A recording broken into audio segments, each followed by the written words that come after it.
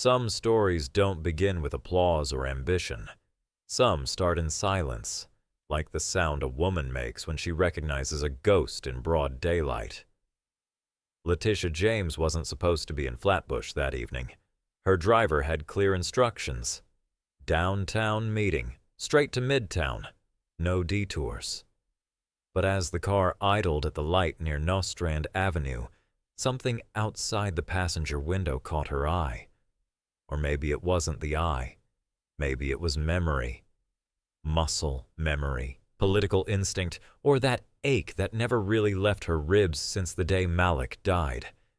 Either way, she said 3 words no one on her team expected. "Stop the car." The driver blinked. "Ma'am, back up, now." They eased into the alley beside Joey's Pizza, and that's when she saw it. A figure, slight, hunched, swaddled in mismatched jackets, digging through a green plastic dumpster like it owed her money. The clothes were too big. The scarf was ratty. But the posture was unmistakable. Shifting weight from heel to toe. Quick glance left, knees bent, balanced. Not a criminal, not desperate. A fighter. "Carmen?" Letitia's voice cracked like she hadn't spoken that name in 20 years. The woman looked up. Her eyes were sunken, but Letitia saw it instantly. Same sharp cheekbones, same wide, wary stare. The face was older, bruised by time, but it was hers. And then Carmen ran. No, Carmen! Letitia threw open the car door before her staff could react. Her heels hit the asphalt hard, but she didn't stop to close the door or shout orders. Her coat whipped in the wind as she took off, chasing the woman who once taught her how to read protest signs in the dark, who once whispered, "They'll never give you power. You take it." Trash cans fell, metal clanged. Carmen darted through the alley, but her movements were erratic, unsteady. Nothing like the smooth, deliberate pace of the girl who once led marches down Flatbush Avenue, like she was born to it. Letitia weaved around garbage bags, slipping slightly on a slick patch of cardboard, but kept moving. "Carmen, stop! I just want to talk." Carmen turned a corner onto Church Avenue, gasping, arms flailing like a swimmer in a storm. She stumbled once, caught herself, then collapsed beside a lamppost. Letitia slowed as she approached, hands up like a negotiator at a hostage scene. "I'm not here to arrest you," she said quietly. "God knows I could, but I'm not." Carmen's breathing was ragged. Her hands trembled as she curled inward, knees drawn up. Up close, she looked like someone who hadn't seen a bed in months, clothes layered like armor, a faint, sour smell. Lips cracked from the cold, but her eyes, still defiant, still Carmen. Letitia crouched, ignoring the sting in her knees. "You remember what you used to call me? Little Tish with the big fists. You believed in me before any of this ever happened. Now I'm here, and I believe in you." Carmen didn't speak. She just stared. But she didn't run either. And in that pause, in that terrible silence between what was and what still might be, Letitia realized this wasn't just about an old friend falling on hard times. It was about a past buried under broken promises, a reckoning wrapped in rags, and justice, real justice, might depend not on what she did next, but on what she was willing to forgive. "You shouldn't be here, Tish." Carmen's voice was barely audible, rasping like her lungs had been through more fires than her conscience could count. "You really shouldn't see me like this." Letitia folded her arms, deadpan. "Please, I've seen state senators fake tears on the House floor. You think I can't handle a little truth on a sidewalk?" Carmen looked away. Her fingers, trembling from exhaustion or withdrawal, or both, tightened around the fraying cuff of her coat. We were supposed to change the system, remember? Letitia said. You and me, two girls from the block taking on the whole damn machine. And you... Her voice cracked slightly. You were the one who made me believe that was possible. A bitter laugh escaped Carmen's cracked lips. And look at you now, Attorney General of New York, and me? I'm lucky if a raccoon doesn't beat me to the leftovers. Come on. Letitia exhaled, softening. There's a booth at King's Diner with our names still carved into the wood. One meal, for the revolution that never was. Carmen's eyes scanned the street like she was expecting the shadows to chase her down. The paranoia wasn't theatrical. It was wired in, like muscle memory. But exhaustion, real and total, had made her bones too tired to protest. One meal, she mumbled. Then you leave me alone. Promise. Letitia extended her hand. Carmen stared at it like it was a subpoena. Unwelcome, undeniable. After a few seconds, she took it. Her fingers were ice. The streetlight caught her face as she rose, and that's when Letitia saw it clearly. A deep scar slicing down Carmen's right cheek. New, jagged, unexplained. Letitia didn't ask. Not yet. Some things scream louder when left unspoken. As they walked toward the diner, Carmen kept her distance like Letitia was radioactive. Her eyes never stopped moving. Every car, every cough, every flicker of movement sent her shoulders jerking. The woman who used to march down Eastern Parkway like she owned the Constitution now flinched like a parolee in a riot. The question burned in Letitia's mind, and it wasn't just what happened. It was, how does someone go from sparking revolutions to digging through trash bags behind a pizzeria? The fluorescent glow of King's Diner buzzed ahead like a memory refusing to die. Letitia opened the door, the bell above chiming like a reluctant applause. A few patrons looked up and whispered, "Brooklyn never forgets a headline name." But no one stared long at Carmen. In this city, broken women are as common as potholes, invisible by design. They slid into their old booth. Carmen sank into the vinyl like she hoped it would swallow her. Letitia didn't say much, just studied her friend's posture, the way her hands hovered over the laminated menu like they were trying not to shake. Betty, the waitress, appeared like time travel in an apron. "Well, if it ain't little Tish," she said, eyes twinkling. "Double cheeseburger, extra fries?" "Make it 2, Letitia nodded. "And the chocolate shake, with 2 straws. Carmen's lips twitched, but she said nothing. As Betty walked away, Letitia leaned forward. "You remember the day we got arrested for staging a sit-in at PS 289? You threw a history book at the principal." Carmen snorted, the ghost of mischief flickering across her face. "I threw Howard Zinn. It was a statement." "You were always better at the statements." "I was better at a lot of things," she muttered, staring into her water glass. "Doesn't mean it mattered." Letitia kept her voice steady. "You taught me how to tear down arguments and build them back stronger. Taught me to read a budget bill like it was a trap. That's why I'm here." "No," Carmen said, her voice sharpening. "You're here because you made it, and you needed a reminder of what failure looks like." The words stung, not because they were wrong, but because they were soaked in a bitterness Letitia remembered all too well. Bitterness born of being brilliant and broke, female and forgotten, black and uninvited. Betty returned, placing the milkshake down with practiced grace. The 2 red and white straws stood like flags over neutral ground. Letitia pushed it slightly toward Carmen. "1 sip won't kill you." Carmen stared at it, and for 1 second, Just one. She didn't look like a ghost. She looked like the girl who once argued with a state senator in a public library and won. But the moment passed. "You don't know what happened, Tish." "Then tell me." "No," Carmen said flatly. "Not here. Not where people can watch you pity me like a damn photo op." Letitia straightened. Her tone cooled. "You think I'm doing this for optics? Please. If I wanted photo ops, I'd be shaking hands with hedge fund felons in Midtown and pretending they care about eviction court."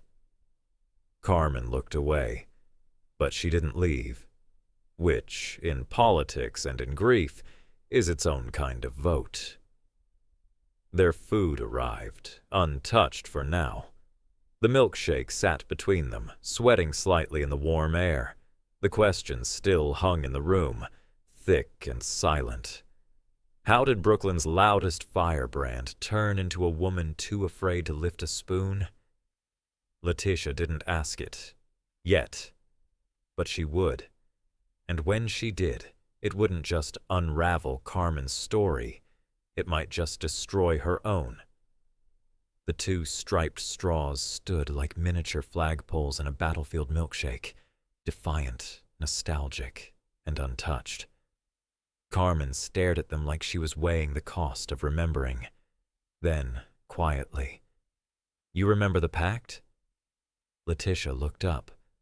Of course she remembered. They'd written it right in that very booth after organizing their first school walkout. "Two girls from Flatbush," Letitia said, "swore we'd become the most feared civil rights duo in New York history. You had the fire, I had the filings. Together, we were going to break the damn mold." Carmen let out a flat laugh, the kind that sounds like it's been through rehab and still came out cynical. "I still have it," she muttered. "The paper. You'd think I'd have lost it somewhere between the detox beds and the bus shelters. But no. That one little lie we told ourselves, still safe in my wallet." She pulled out a beaten-up wallet that looked like it had fought its way through a war and lost. From it, she unfolded a yellowing piece of notebook paper, creased and soft like skin that had seen too many winters.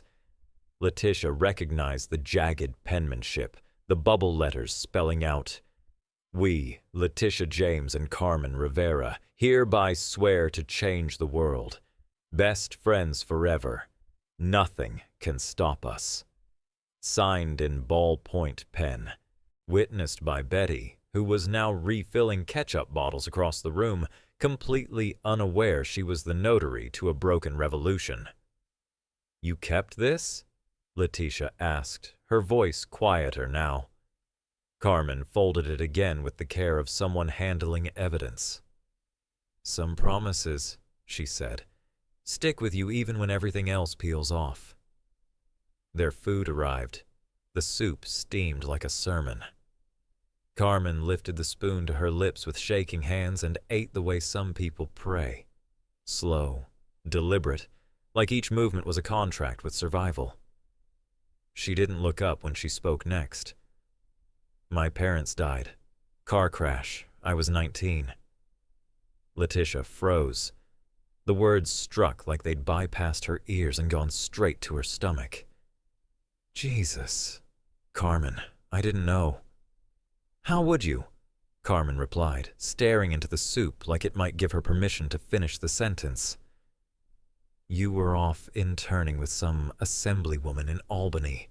I disappeared. Had to." Her tone made it clear this wasn't an invitation to unpack trauma. It was a warning not to dig where bones were buried. Letitia noticed for the first time the faded puncture scars running up Carmen's forearm. They weren't just stories. They were timestamps.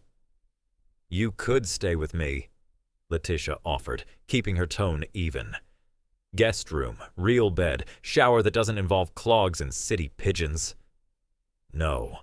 It came fast, defensive. Carmen's spoon clinked against the bowl. "One meal. That's what I said. Don't turn it into a project, Tish. I've been one of those before. At least a hotel room. It's supposed to rain tonight. Carmen didn't answer right away. She stared at her soup like she was negotiating with the broth. Finally, she nodded once. One night. Then you go back to your press conferences, and I go back to the shadows. Letitia wanted to argue. She could already hear the counterpoint forming, about structural inequality, about cycles of despair. But then she saw Carmen's jaw tighten. It was the same stubborn set she used to wear when she spent 3 hours teaching Letitia how to dismantle a Reaganomics talking point in 10th grade. Some things don't change, even when everything else does. Okay, Letitia said. They finished their food in silence. The milkshake sat between them like an unsent message. Neither reached for it. As they stood to leave, Carmen swayed slightly. Letitia moved to steady her, but Carmen recoiled. I don't need help, she snapped, then immediately softened. Sorry. Reflex. I've made it this far on my own. Outside, the wind had picked up. Letitia's driver had the car idling at the curb, but Carmen insisted on walking. They moved slowly down the street, past the mural of local legends, past the basketball court where once 2 girls with mismatched sneakers had staged a mock debate over who would be the first to run for office. Under a flickering streetlight, Carmen stopped. You said earlier I was better than you back then. You were wrong, she said. You had something I didn't. Letitia raised an eyebrow. Like what? A grandmother who didn't throw out my law books? No, Carmen said, shaking her head. You had clarity, purpose. I had heat, sure, but no direction. You knew where you were going even before we had maps. She didn't wait for a response. Just started walking again. At the hotel, Letitia handled the room. Clean linens, 4th floor, far from the street noise. She handed Carmen the key card. Their fingers brushed. Carmen's skin was rough, like someone who hadn't known softness in years. Thank you, she muttered, for the food. And this. I'll come by in the morning, Letitia said. But Carmen didn't answer. She shuffled to the elevator, her figure hunched like someone trying to vanish before the door closed. And as it did, Letitia saw the same thing she used to see in City Hall right before a scandal broke. The look of someone planning an exit no one was supposed to follow. Letitia lingered in the lobby, pacing like a prosecutor waiting on a verdict. The clerk glanced up repeatedly, no doubt wondering why the state's top law enforcer was wearing down their welcome mat at midnight. Finally, Letitia approached, offering a professional smile that could shame a senator. I need a spare key to 412, she said.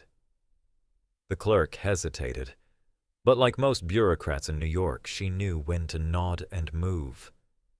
Moments later, Letitia rode the elevator alone, key card in hand, a question growing louder in her chest. What was Carmen Rivera still hiding? The hallway outside room 412 was quiet, except for the low hum of the ice machine, the kind of mechanical whisper that made hospitals feel like limbo more than refuge.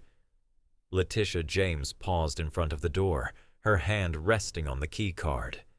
No sound, no footsteps, no coughing. Just silence, the kind that makes people in her line of work assume the worst. She knocked gently. Carmen, it's me. Nothing. Her thumb slid toward the card reader, but just before she swiped, the door creaked open an inch. A wary eye peered out through the gap. You're still here? Carmen's voice was coarse, brittle. Letitia kept her tone steady. Just for a minute, then I'll go. Carmen sighed and opened the door wider. The room was dark except for moonlight bleeding through the window. The bed remained untouched. Carmen sat curled in the corner chair, her coat still wrapped tightly around her like armor. She looked like someone ready to jump at the first false move. Letitia flipped the light on. Carmen flinched, then turned her face away, but not before Letitia saw the red-rimmed eyes and the raw edge of exhaustion. "You were planning to leave." "Old habits." Carmen gave a small, hollow laugh. "Places like this don't feel real to people like me." Letitia sat on the edge of the bed. Carmen stayed planted near the door, her posture stiff, guarded. "When's the last time you slept in a real bed?" Letitia asked. Carmen shrugged. "What month is it?" Letitia didn't laugh. Instead, she noticed the way Carmen's fingers kept twitching at the zipper of her coat, the same nervous tick she'd had before mock trial competitions back in high school. It was muscle memory, fighting ghosts. "You need a shower," Letitia said, keeping her voice gentle. "Wash the weight off." "Nobody's going to hurt you here." Carmen's eyes snapped up. "You think that's what I'm afraid of?" "I don't know what it is," Letitia said honestly. "You still won't tell me." Silence. Carmen's gaze shifted between the bathroom door and the exit, like she was deciding which escape route hurt less. Finally, she muttered, "A shower wouldn't kill me." She grabbed the hotel's robe and disappeared into the bathroom. Letitia sat quietly, listening to the sound of running water, half wondering if Carmen was scaling the plumbing to make her escape. 4 floors up, but with enough guilt and adrenaline, she knew that logic didn't matter. Something caught her eye. Carmen's coat had slipped off the chair. A folded piece of paper poked out from the lining. Letitia hesitated, but worry overrode privacy. She unfolded it. A hospital discharge, dated 3 months ago. Phrases circled in red pen. Substance abuse. Rehabilitation recommended. Patient left AMA. She slid it back into the coat as the shower shut off. When Carmen stepped out, she looked different. Not healed, but softer. Her hair was slicked back, the robe oversized, and the track marks along her arms, newly visible, told the parts of the story she hadn't yet spoken. "Feel better?" Letitia asked. "Almost feel human again." Carmen caught her reflection in the mirror, then looked away. "Almost." Letitia motioned to the bed. "Try to sleep. I'll bring breakfast." "Why are you doing this?" Carmen asked suddenly. Her voice was low but full of pressure, like a bottle about to burst. "Why can't you just let me go?" Letitia stood, walked toward her. "Because 30 years ago, you believed in me when no one else did. You challenged me to run for student body president when I thought I couldn't even make the debate team. You taught me how to hold a room, how to fake a pass with my voice. That was different. We were kids. That was real. You didn't give up on me. I won't give up on you." Tears welled in Carmen's eyes. She looked away. "Some things can't be fixed." "Then stop trying to fix them," Letitia said, "and just stay." Carmen didn't answer, but as Letitia stepped toward the door, she spoke again, her voice softer. "Hey, Tish?" Letitia paused. "That speech you gave in your first campaign? The one where you said we carry our people with us?" "I remember." "You meant it, even then. That's why you made it." Letitia smiled. Barely. "You helped me write that one, remember?" Carmen turned her head toward the window. "Yeah, I remember." Outside the room, Letitia leaned back against the wall. She heard the lock click behind her. She stayed there a while, listening to nothing. But even in silence, she knew. This fight wasn't over. Not for Carmen, not for her. Not yet. Whatever demons had chased Carmen Rivera into a motel room, They weren't going to be baptized out in one night with a robe, a chocolate shake, and a hot shower. Letitia knew that. She also knew that trust, once broken, doesn't get rebuilt with convenience. It gets rebuilt with consistency. So when the elevator doors closed behind her at 1:17 a.m., she didn't just make a decision, she made a declaration. First thing tomorrow, every meeting on her calendar, every donor breakfast, every press call, every closed-door session with another Ivy League policymaker pretending to care about Brooklyn was canceled. And for the record, she didn't even flinch when she typed, "Family emergency." Because it was. Carmen had been family once, maybe not by blood, but by battle. But when morning came, Letitia's gut proved more accurate than the entire NYPD data unit. The hotel room was empty, bed untouched. The only evidence Carmen had even existed was a single heartbreaking relic. The faded, folded piece of notebook paper they once signed together in ballpoint ink and burning hope. It sat on the pillow like a resignation letter to the future. One more promise that Brooklyn swallowed whole. Letitia held the note in her hand, and it suddenly felt heavier than a court ruling. The sun streamed through the window like an indictment. She stood alone in a room meant for rest and found only retreat. Carmen was gone. Again. Like she'd been trained by the very system Letitia now helped manage. Disappear before they draft a file on you. Still gripping the note, she walked into the crisp morning air. The city was waking up, stretching its legs, raising its rent. Letitia didn't bother with security detail. She had another search warrant to serve. On reality. First stop, Joey's Pizza. The morning crew blinked like they were watching a state official break a rule just by standing there in sneakers. "You looking for Carmen?" the cook asked, stacking boxes. Most folks call her guardian angel. Letitia blinked. "Sorry?" "She keeps peace out back. Make sure folks don't fight over the crust pile. Real fair about it, too. She's like street socialist Jesus." "When's the last time you saw her?" "Maybe yesterday?" "Evening. But she doesn't always come by. Weather turns, she disappears for weeks, like a ghost with good manners." Letitia moved on. Next stop, the local shelter. The woman at the desk didn't even need a photo. "Miss Rivera," she said. "We know her. Helps with new intakes, breaks up fights, talks to the young ones before the streets do. But she never stays.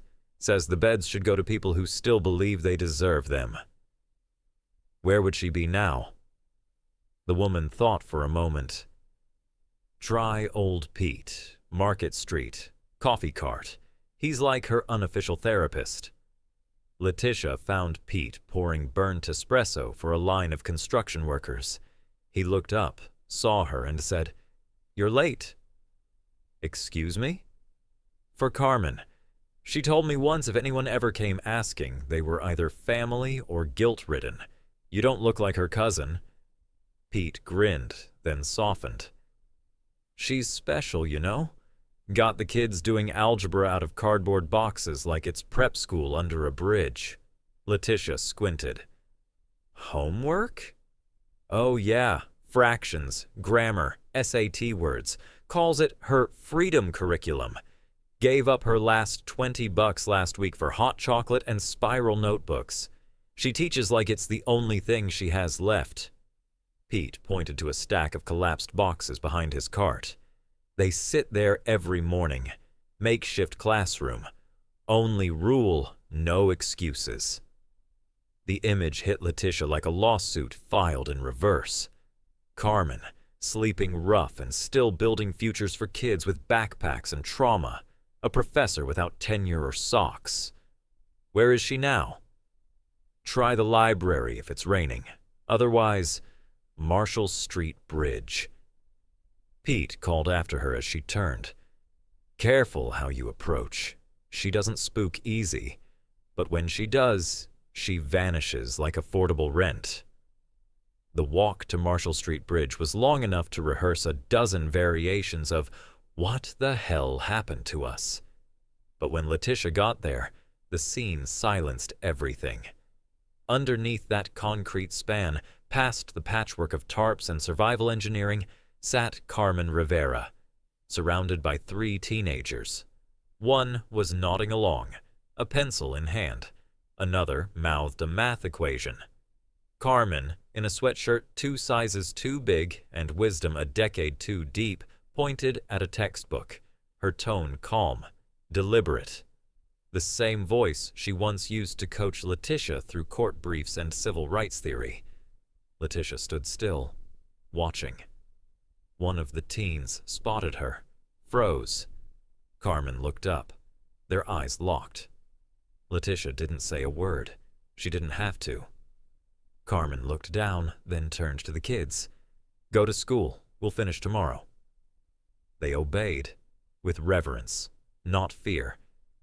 As they passed Letitia, one of them whispered, "Thanks, Professor."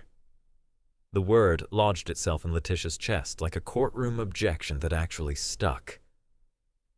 Carmen stood slowly, her spine straightening like someone preparing for a confrontation, an old habit in a city that teaches you survival by assuming hostility. "You shouldn't be here, Tish." Letitia's jaw clenched. "Neither should you." Letitia took a step closer, holding up the fragile scrap of notebook paper. Their old pact, now limp from rain and years of unkept promises. "You left this behind," she said. "You kept it longer than you kept yourself." Carmen's voice came low and rough. "Time to let old dreams die." Letitia's tone sharpened. "Is that what you're doing under this bridge? Letting dreams die one math lesson at a time?" She nodded toward the makeshift classroom. Milk crate for a desk, flattened Amazon boxes for chairs, textbooks held together with duct tape and defiance. "Because it doesn't look like surrender to me," Letitia said. "Looks like you're still teaching kids how to fight their way out of a rigged zip code." Carmen looked away, like the words were too bright. "I'm just trying to give them a shot," she muttered. "A better shot than I had. Maybe they won't make the same mistakes." Letitia didn't blink. "Then come with me. Whatever hell you're running from, whatever it is you did, if you're not willing to fight for yourself, fight for them." "You don't get it." Carmen's hands were trembling now. "You don't know what I've done. You can't help me, Tish. Nobody can." Letitia exhaled sharply. "Then help them. I've got a youth center across town. We need people who know what these kids face. We need someone who's been there." Carmen's eyes flickered. Hope, regret, a flicker of something that might have been belief before it got mugged by reality. "I can't," she said finally, voice cracking like old vinyl. "You don't know what I did. If you did, then tell me." "No." "Carmen." "I said no." She stepped back, shoulders curled inward, as if her own confession might detonate. "Just remember me how I was, okay? The girl who taught you to fight, who made you memorize the Bill of Rights before homecoming. Don't remember this." She gestured toward herself. The ragged hoodie, the dirt-lined nails, the body worn down to something less than memory and more than shame. And then she vanished into the shadows under the bridge, like a ghost who hadn't been given permission to haunt. Letitia didn't chase. She'd tried that once. It didn't work. Instead, she stood in silence, surveying the classroom Carmen had built from the ruins of her own life. A space made not of walls but will, where learning happened between wind gusts and sirens. where a woman everyone forgot still believed knowledge was power, and power, ironically, had forgotten her entirely. Letitia pulled out her phone. "Yeah, it's me," she said flatly. "I need full surveillance on Marshall Street Bridge. Quiet. No uniforms. Track everything. Who she talks to, where she goes, what she teaches. And get me everything you can on Carmen Rivera's last 30 years. Every arrest, every alias, every address she's ever burned through." She looked once more at the pact before slipping it into her pocket. She didn't care how broken Carmen was. She was going to save her, even if Carmen kicked and screamed the whole way through it. For 3 days, she watched from a distance. Her private team sent photos, times, patterns. Carmen moved with routine precision, tutoring at dawn, food distribution by noon, sleeping under a different scaffold each night like she was avoiding drones. It was the kind of diligence that would earn any non-profit director a spot on a city council panel. If only it weren't happening under a bridge with 0 tax receipts. Then came the 4th morning. "Ma'am," her chief of security said at 6:03 a.m. "She's collapsed. Under the bridge. Looks bad." Letitia was in the car in minutes. Tires screeched, the skyline blurred, and there, curled on a layer of cardboard like discarded furniture, was Carmen, shivering, burning with fever, face pale as a court summons. "No hospital," she mumbled. "Can't afford—" "I didn't ask for your insurance card," Letitia snapped. "I asked you to breathe." She scooped her up, alarmed at how light she felt, like her body had already started checking out while her mind was still grading algebra homework. Carmen didn't argue. She was too far gone. Letitia's team had already called ahead. By the time they reached the city's best private hospital, the staff were lined up like it was a photo op. But Letitia wasn't here to smile for cameras. She was here to drag a ghost back into the realm of the living. Doctors hovered. Nurses whispered. Letitia paced the hallway like a defendant waiting for sentencing. Finally, one of the doctors emerged, expression a cocktail of sympathy and hesitance. "She's severely malnourished. Pneumonia, but—" The pause was intentional, tactical, the kind you hear before bad news or a budget cut. "There's something else. You should speak with her directly." Letitia entered the room. Carmen looked like a relic against the sterile white sheets, more memory than matter. Her eyes opened, and for once she didn't try to run. "Guess I messed up your schedule too," she rasped. "You're still breathing, aren't you?" Letitia replied. "Then the plan's still working." She sat beside her, voice steady. "Doctor says we need to talk." Carmen closed her eyes, then opened them slowly. "They found the mass, huh?" Letitia froze. "Mass?" "Cancer," Carmen said flatly. "Found it 6 months ago at a free clinic. Thought finally an expiration date. Makes everything easier, right?" "Wrong," Letitia shot back. "We'll get you treatment. The best." "No." "Why not?" "Because I don't deserve it." That's the fever talking. "No," Carmen said, more forcefully now, her eyes clearer than they'd been in days. "That's the truth. You want to know what happened to me? Why I disappeared?" Letitia nodded slowly. "Then sit down," Carmen said. "Because once I tell you, you might wish you hadn't come looking." And Letitia did sit.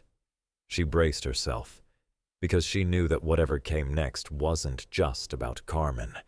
It was about the version of herself she buried to survive, and Carmen was about to dig it all back up. The words hit the air like a detonated secret. Letitia stood still as Carmen's voice cut through the sterile hospital quiet like a confession whispered into a broken pulpit. I was celebrating. Carmen said slowly, like each word had to be dragged over gravel. Made the college debate team's national roster. First time I felt like someone was finally going to listen. She paused, swallowing hard. Went to a party. Thought I was okay to drive. I wasn't. Letitia didn't speak. I woke up in the hospital. They told me the other car, her throat tightened, was my parents. Both of them. Instant. Gone. The silence that followed wasn't peaceful. It was judicial, like the universe waiting to render a sentence. Their only daughter killed them, Carmen whispered, eyes fixed on the ceiling tiles like they might open into mercy. They raised me on union wages, carried protest signs through the 70s, taught me how to spell Thurgood Marshall before I could spell my own name. And I wiped it all out with one decision. Letitia reached out, but Carmen recoiled, not from disgust, but from undeserved grace. The school covered it up, she added bitterly. Small liberal arts campus with a diversity milestone to protect. They made it look like some random drunk driver. Press release and everything. Tragic accident. What a neat little euphemism for involuntary manslaughter. Her voice cracked into a cough, violent and wet. A nurse peeked in, then retreated, as if even institutional medicine couldn't stomach the diagnosis of grief. I tried to keep going, Carmen said when she could speak again.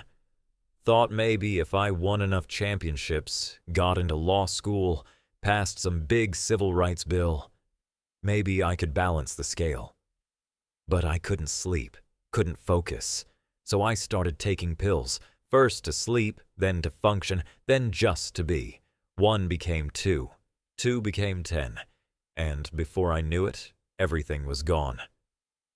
Letitia nodded, remembering the track marks, the twitching hands, the scar, all puzzle pieces that now clicked into one sharp, tragic shape. You really thought this was justice? She asked quietly.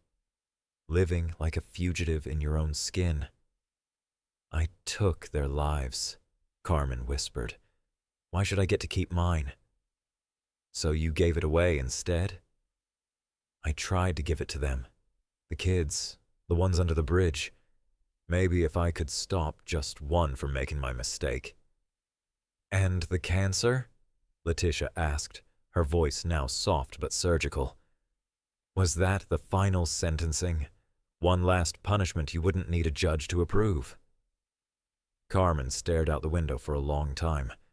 Her face was unreadable. Then, when they found the mass, I thought, finally. No more apologies, no more pretending the weight wasn't there, just a slow, quiet fade. Letitia stepped closer. Your parents wouldn't have wanted this. Carmen's eyes snapped to hers like a loaded spring. Don't you dare tell me what they'd want. They're not here to want anything because of me. The room went silent. The air carried the weight of a eulogy nobody got to hear. A nurse entered to check vitals. Letitia stepped back, but Carmen reached out suddenly, her hand brushing Letitia's wrist. Don't go, she whispered. Please. Letitia sat back down. When the nurse left, she spoke. You remember what you told those kids yesterday? About second chances? Carmen nodded faintly. They deserve them. They're innocent. So were you. You were young, stupid maybe, not evil. Carmen looked skeptical. So Letitia reached into her bag and pulled out the crumpled pact. This girl who signed this, she didn't believe in guilt. She believed in justice, and she believed in me before anyone did. Carmen stared at the paper, tears threatening. She deserves a second chance too, Letitia said. It's too late. Number, it's not. The mass isn't cancer. Carmen froze. What? Letitia turned as the doctor re-entered, chart in hand. The woman's voice was calm, clinical, but her words felt biblical. The mass is benign. It's completely treatable. The earlier clinic misread the imaging, likely due to outdated tech and underfunded staff. With proper care, you'll make a full recovery. Carmen's jaw trembled. Her body shook. You're saying... She blinked. I'm not dying? The doctor nodded. Not from that, no. When the door closed again, Carmen broke. Shoulders heaving, hands clenched, the dam ruptured. Letitia moved quickly, wrapping her arms around a woman who once faced senators without flinching, but was now crushed by the prospect of surviving. I thought... Carmen choked. This was my punishment. It was never a punishment, Letitia said. It was a pause. Now get up.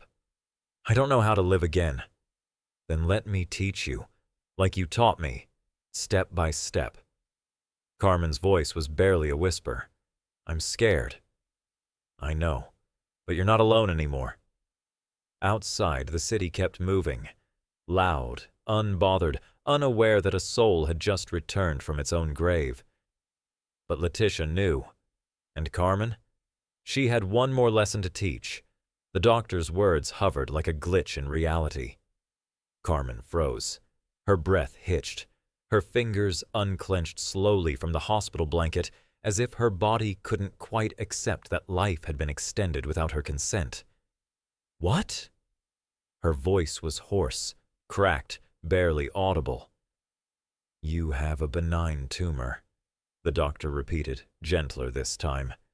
Completely treatable. The free clinic didn't have the right imaging tech. With proper surgery and rest, you'll make a full recovery. Carmen didn't nod, didn't speak. Her body just started to shake, first slightly, then violently, until the tremors turned into full-body sobs.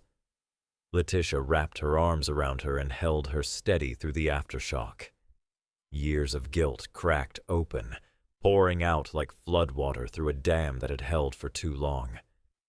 I thought, Carmen gasped between sobs, this was it. My punishment, my way to settle the debt. The medical team respectfully slipped out, leaving them in the weight of a silence so raw it felt like truth itself had taken the form of oxygen. I don't know how to live, Carmen whispered. I was ready to die, had it all planned out. Then we unplan it, Letitia replied, voice low but uncompromising. Just like you taught me how to argue case law under fluorescent cafeteria lights, step by step. Carmen looked down at her scarred hands. The surgery. Tish, I can't afford... Stop. Letitia didn't let her finish. I didn't ask you to Venmo me. I said I've got you. A nurse brought breakfast, but Carmen barely touched it. Her eyes kept drifting to the window. Not with curiosity, with calculation. Like freedom was just one decision away from relapse. Talk to me, Letitia said. What's going through your mind? Carmen didn't look at her. How easy it would be to leave, to vanish, go back under that bridge, let the elements take over, fade out without making another mess. Why? Letitia leaned closer. You've got a second chance, a real one. Carmen gave a bitter chuckle. Second chances are for people who didn't destroy everything they touched. You mean the kids? The ones you spend your last dollars on? The ones you give hot chocolate and math tutoring to, even when you're sleeping on concrete? Carmen's jaw clenched. That's different. I'm trying to save them from... She stopped. Letitia's voice dropped. From what? Carmen looked up. From people like me. That landed like a verdict. Letitia studied her face. The scar, the hollowed eyes, the weight of unfinished stories. She asked what she'd been avoiding for days. What really happened to your face? Carmen's hand moved reflexively to the scar. Doesn't matter. It matters to you. I can see it every time you look away from your reflection. Silence spread, thick and judgmental. A siren wailed in the distance, the city reminding them that pain never pauses. Finally, Carmen broke it. It happened the night your cousin died. Letitia's stomach dropped. James. What are you talking about? She asked, almost not wanting the answer. Carmen stared down at the sheet. 15 years ago. Hit and run. Everyone said it was some nameless driver high out of their mind. Letitia's breath caught. It was me. She stood so fast the chair clattered behind her. Number, that's... I was using again, Carmen said, the words spilling like a dam breaking. Bad batch, blacked out, woke up in a totaled car with blood on my face and a windshield in my cheek. She touched the scar. This. Letitia stumbled back, dizzy with the weight of revelation. James's funeral. The anonymous donor that paid for everything. The whispered rumors. It all snapped into place. That was you? She asked. The donation? I sold everything I had, Carmen said. Didn't mean anything. Just another ghost trying to pay rent on a grave. I was going to turn myself in. I was. But I saw you at the funeral. Heard you talk about him. What he meant to those kids in the Bronx. How he kept them clean. So I thought. Tears choked her. Maybe I could do that too. Not enough to make up for it. Nothing ever could. But maybe... something. Letitia collapsed into the corner of the room. Her world tilted. The woman who once held her up had been carrying a truth so jagged it had carved her into a ghost. All these years, she whispered. Living like that. Building classrooms under bridges. You were trying to finish James's work. Carmen still wouldn't meet her eyes. Those kids, they remind me of who I was before I ruined it. If I could just keep one of them from becoming me. Why didn't you tell me? How could I? Carmen laughed through tears. Hi, Tish. Remember me? The girl who believed in you and killed your cousin? I figured it was better you thought I was just another junkie who lost her way. Letitia didn't respond. She sat there, head in her hands, staring at the window that framed the city, and, somewhere in it, the bridge that had become Carmen's chapel of penance. I won't take your money for the surgery, Carmen said softly. Not after what I did to your family. Letitia looked up slowly. At this broken woman who had punished herself more thoroughly than any court could have ever managed, who had already served 15 years of solitary confinement inside her own conscience. James believed in redemption, she said. That's why he did the work. He believed everyone deserved a second chance. Everyone. She paused. And I do too. I don't deserve this, Carmen whispered, the words barely surviving her breath. Letitia stood tall, unwavering. This isn't about what you deserve. It's about what those kids under the bridge deserve. They need their teacher back. Carmen's hands trembled again. How can you even look at me? Letitia stepped closer. Because I see both women. The one who took my cousin's life, and the one who spent 15 years trying to bring other lives back from the edge. She took Carmen's hand and held it firm, steady, like someone retying a thread that had frayed far too long. James would have forgiven you, Letitia said. Maybe it's time you did too. Tears streamed down Carmen's cheeks, slow and relentless. I don't know how. Then I'll help you learn, Letitia replied. Step by step, but first, you've got to make a choice. The room went quiet, as if the walls were listening. Finally, Carmen spoke, voice barely more than a breath. Okay. Letitia blinked. Okay, what? Okay, I'll try. For James, for the kids. I'll try to live. Letitia nodded, eyes glistening but her jaw locked. Then we'll do it together, like old times. A nurse entered to begin pre-surgery prep, but Letitia's mind was already 2 steps ahead. She knew what Carmen had signed in the ER admission papers that included a full medical and psychological disclosure. Somewhere in that file was a signed confession to a 15-year-old fatal hit and run. One call to the DA, and the state would take it from there. Letitia sat in her car outside the courthouse, the file heavy in her lap like it weighed more than paper ever should. Dawn had just broken, casting a soft glow over a justice system built on concrete and contradictions. One report, and Carmen would be processed, charged, tried. Justice, as the system defines it, would be served. But James hadn't lived by that kind of justice. James had spent his weekends in rec centers, mentoring boys who couldn't read. He didn't believe in cages. He believed in transformation. Letitia's phone buzzed. A message from the hospital. Carmen's surgery was scheduled for noon. Optimism was high. She'd live, unless Letitia walked into the DA's office. She closed her eyes and whispered, "What would you do, James?" As if in answer, another text arrived. From her security team at Marshall Street Bridge. A photo.